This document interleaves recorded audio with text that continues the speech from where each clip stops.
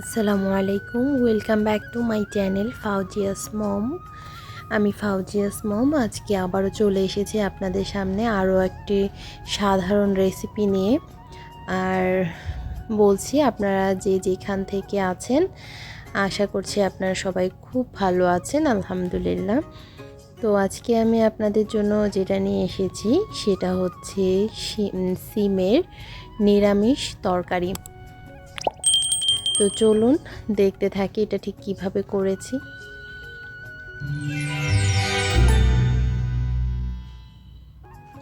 এই সিমের নিরামিষ করার জন্য আসলে বীজওয়ালা যে সিমগুলো আছে সেগুলোই খুব পারফেক্ট। আসলে সেই সিমের নিরামিষটা খেতে বেশি ভালো লাগে। তো দেখুন আমি আমার গাছ থেকে এগুলো পেরেছি, আর প্রত্যেকটা সিমে কিন্তু বড় বড় বীজ রয়েছে। তো আমি সিমগুলোকে প্রথমে এভাবে দুই পাশ থেকে খোসা রগগুলো ছাড়িয়ে নিয়ে তারপর টুকরো করে নিচ্ছি। আপনারা আপনাদের পছন্দ মতো টুকরো করে নিতে পারেন, যে কোনো সাইজের।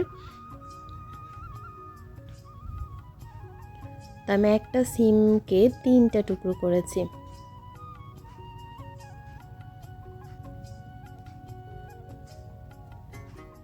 তো আমি প্রত্যেকটা সিম দেখুন এভাবে সুন্দর করে টুকরো করে নিয়েছি, আর এগুলো ভালো করে পরিষ্কার করে ধুয়েও নিয়েছি। তো আমি দেখিয়ে দিচ্ছি, দেখুন ভিতরে বীজগুলো কত বড় বড়। আর এই সিমের নিরামিষ খেতে কিন্তু দুর্দান্ত লাগে, আর এইভাবে নিরামিষটা করলে কিন্তু খুবই মজা হয়। আপনারা একবার ট্রাই করে দেখতে পারেন। তো আমি একটা কড়াইয়ে সিমগুলো নিয়ে নিয়েছি, আর এখানে একটা টমেটো কুচি করে নিয়েছি। আপনারা টমেটোটা চাইলে স্কিপ করতে পারেন, তবে টমেটোটা দিলে টেস্টটা ভালো আসে। এবার আমি স্বাদ মতো লবণ দিয়ে দিচ্ছি, আর দিয়ে দিচ্ছি এখানে সামান্য হলুদ গুঁড়া। হলুদের পরিমাণটা কম রাখবেন। দিয়ে দিয়েছি ধনে গুঁড়া সামান্য, আর দিয়ে দিচ্ছি 3টা আস্ত কাঁচামরিচ। আপনারা ঝালের পরিমাণটা আপনাদের ইচ্ছে মতো দিয়ে নেবেন, আমি এখানে ঝালের পরিমাণটা একটু কম রেখেছি। আর দিয়ে দিচ্ছি এখানে আদা রসুন বাটা 1 চা চামচ,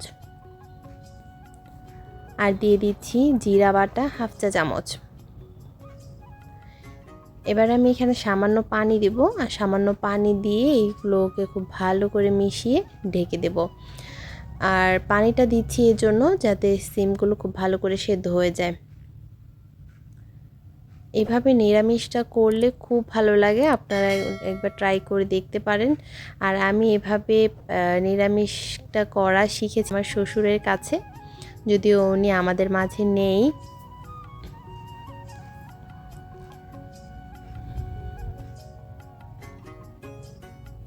তো আমি ঢাকা দিয়ে দিয়েছি, কিছুক্ষণ পর ঢাকাটা উঠিয়ে নিয়েছি, আর দেখুন আমার সিমগুলো কিন্তু খুব ভালো করে সেদ্ধ হয়ে গিয়েছে।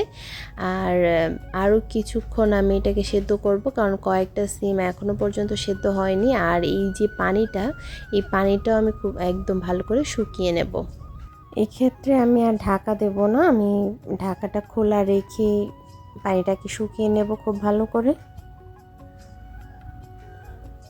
তো আমি এগুলো শুকিয়ে নিয়েছি, এবারে ফোড়ন দিতে চলে যাচ্ছি। তার জন্য একটা কড়াইয়ে আমি সরষে তেল দিয়ে দিচ্ছি, আর তেলের পরিমাণটা একটু বেশি রাখছি।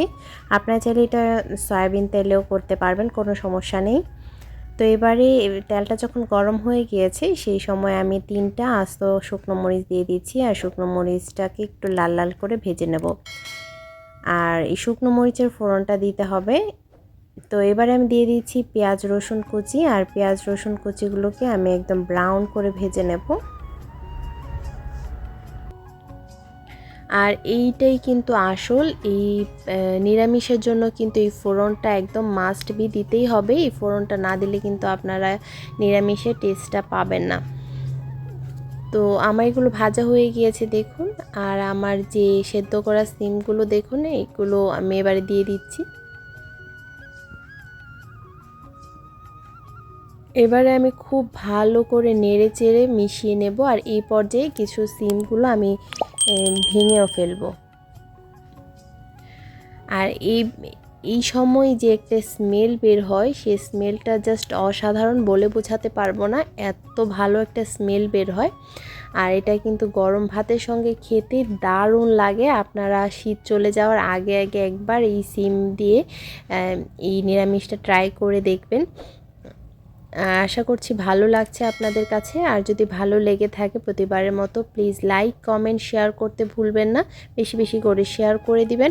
আর সাবস্ক্রাইব করে আমার চ্যানেলটির পাশে থাকার জন্য অনুরোধ রইল সবাইকে।